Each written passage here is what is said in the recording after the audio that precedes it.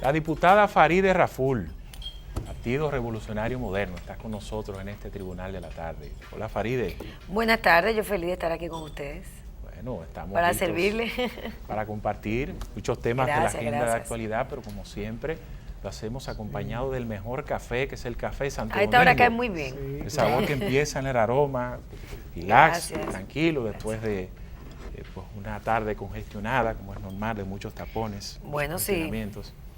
Bueno, de entrada, Farideh, pues conocer las razones que te impulsan a presentar este proyecto, ponerlo, de disolver alrededor de 57 instituciones del Estado, lo que muchos entienden que sería reducir el Estado prácticamente a la mitad. No, pero faltan muchas. Faltan más todavía. Sí, claro. Esta es la primera fase. ¿Cómo va a ser, la primera fase? Esta es la primera fase de un estudio. ¿El Estado se quedaría en el Palacio Nacional? No, el Estado sería más eficiente. Primero que nada, gracias por la invitación. Estoy muy contenta de que este proyecto de ley haya generado un debate nacional. Yo creo que urge una reestructuración dentro de la administración pública y es lo que hemos querido proponer. Incluso nuestro proyecto se llama Ley de Reorganización de la Administración Pública en la República Dominicana.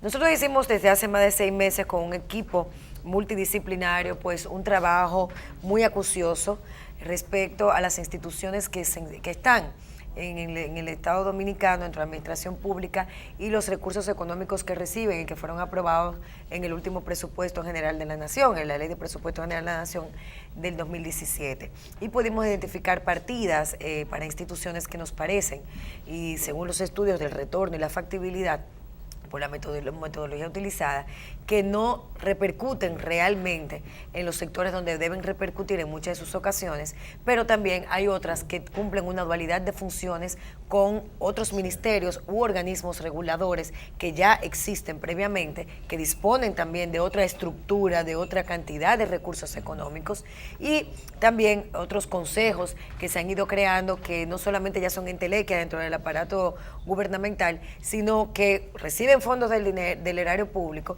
o del erario, para no redundar, reciben fondos del erario y no tienen ningún tipo de políticas articuladas con el sector por el cual fueron creados. Estas son las 3 tipos y lo quiero aclarar porque oigo mucha gente, incluso hace unos minutos antes de entrar aquí, escuchaba unas declaraciones del ministro de Hacienda hablando de la disolución de las 57 instituciones, y lo quiero llamar a que lea el proyecto, que detalla muy bien cuál es la intención del mismo, porque algunas sí se disolverían, otras se reestructurarían para pasar a hacer una ramificación de un ministerio con una política articulada, y otras definitivamente pues tendríamos que dar un giro total acerca de lo que están haciendo en el momento. Si pudiéramos citar algunos casos puntuales, claro así de manera detallada de ese proyecto, de ejemplos de instituciones. Sí, instituciones y también en números, es decir. Bueno, por ejemplo, tú tienes 57 instituciones, esta es la primera fase, porque hay otros sectores donde nosotros no quisimos intervenir en esta primera fase.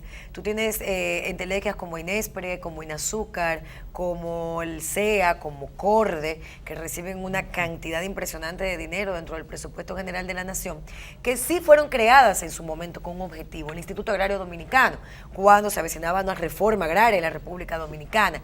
Ese tipo de instituciones, independientemente de los cuestionamientos y de los actos de corrupción que se han dado en ellas, precisamente por la falta de eficiencia en el tiempo, y el Estado las ha mantenido, son instituciones que deben no solamente revisarse, que en principio deberían ser disueltas por la cantidad de recursos económicos que se erogan para esos fines. Hay que decir a la población que cada institución de estas tiene una estructura aparte.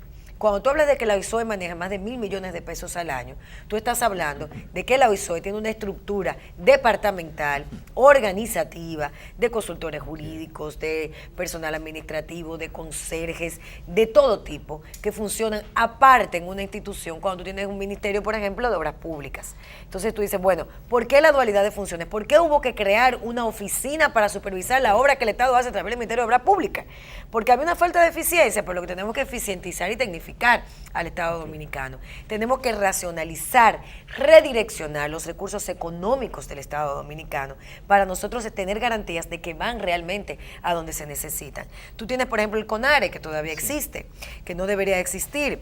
Hay muchos consejos que se han ido creando que pueden entrar perfectamente dentro del sector agropecuario, y que tenemos un Ministerio de Agricultura que se queja por falta de recursos, pero tiene 14 instituciones que trabajan de manera aislada como pequeñas pequeñas islas, articulando políticas paralelas en diversos sectores, cuando tienes un organismo como el Ministerio, que es el organismo que debe regir para que la política sea realmente integral.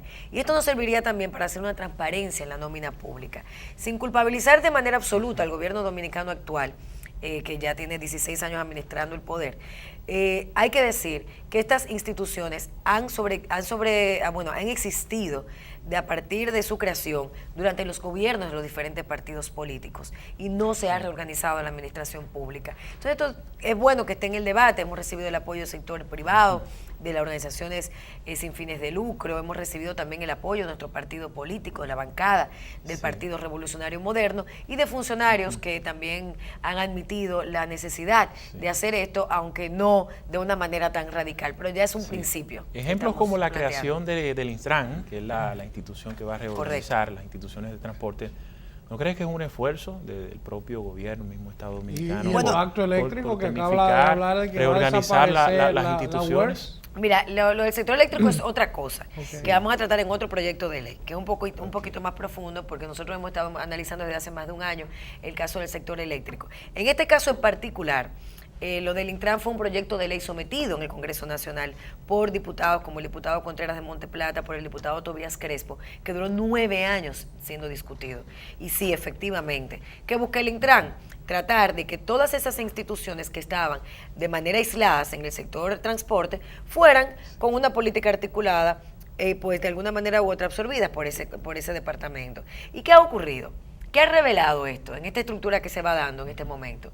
Que el Intran, por ejemplo, tiene más de 100 abogados, consultores jurídicos, que estaban repartidos en 5 instituciones, para que tú veas cómo el Estado dominicano gasta los recursos en la contratación de personal que a veces no es necesario, porque en 5 instituciones tenemos la necesidad de tener 150 abogados, cuando podemos tener técnicos en diferentes áreas y los abogados también que se vayan a los tribunales a trabajar y tener, por ejemplo, 15 abogados trabajando en las 5 instituciones con una política integral. No está ocurriendo, no es real. Entonces, hemos creado una superestructura del Estado dominicano, hemos vuelto al Estado dominicano el principal empleador en la República Dominicana. En los últimos 5 años, de 300,000 empleados, tenemos muy mal contados 600,000 dentro de la nómina pública. En vez de garantizar para un desarrollo sostenible en el tiempo, que el sector privado genere empleos, que ese estudiante tenga la oportunidad de estudiar realmente en una escuela pública de calidad, en una universidad, en un politécnico de calidad, y que al mismo tiempo mañana pueda ser el generador de empleos. Eso es lo que estamos hablando, de un Estado mucho más competitivo. Maride, pero hay algo importante. Todo esto que planteas desde el punto de vista del sentido común, cualquier persona, sin importar el partido que simpatice, dirá, pero eso es lo correcto.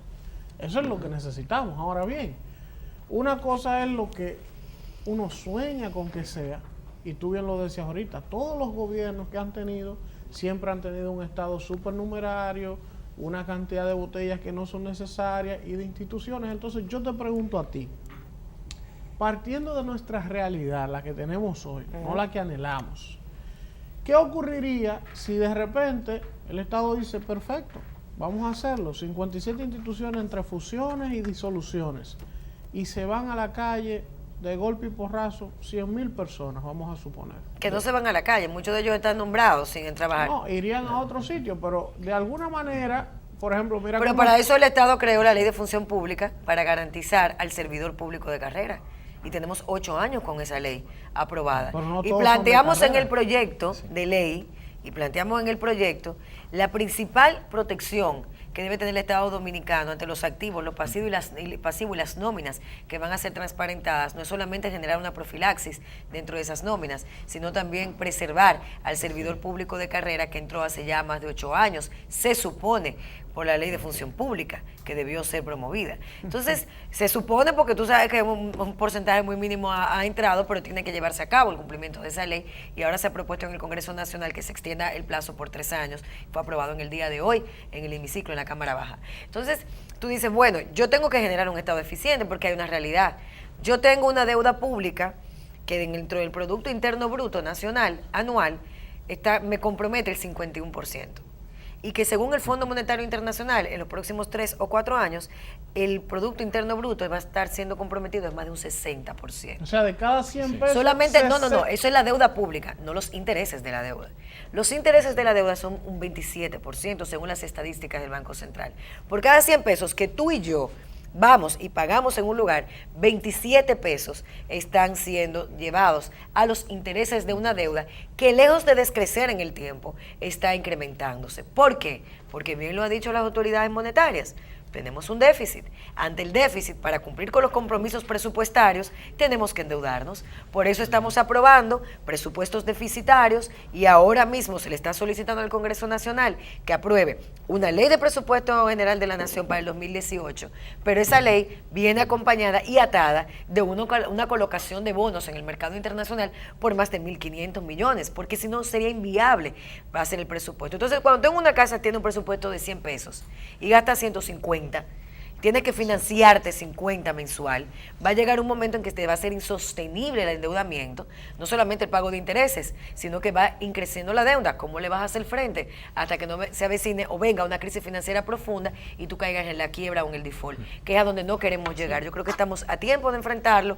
Hemos propuesto este proyecto, vamos a generar los debates, ya de hecho se han ido generando dentro del Congreso Nacional, y vamos a generarlo también fuera del Congreso. Y estamos prestos a alguna información que salió pública, que suministró el ministro de Administración Pública, Ventura Camejo, de que están dispuestos a realizar un seminario y que nosotros vayamos a hacer nuestra propuesta para ver de qué manera se discute y se debate este tema, que es un tema de Estado y del interés colectivo. Tenemos que irnos a un contacto de publicidad. A regreso conoceremos la opinión de Farideh Raful acerca de la iniciativa de eliminar las exoneraciones con las que son favorecidos los legisladores.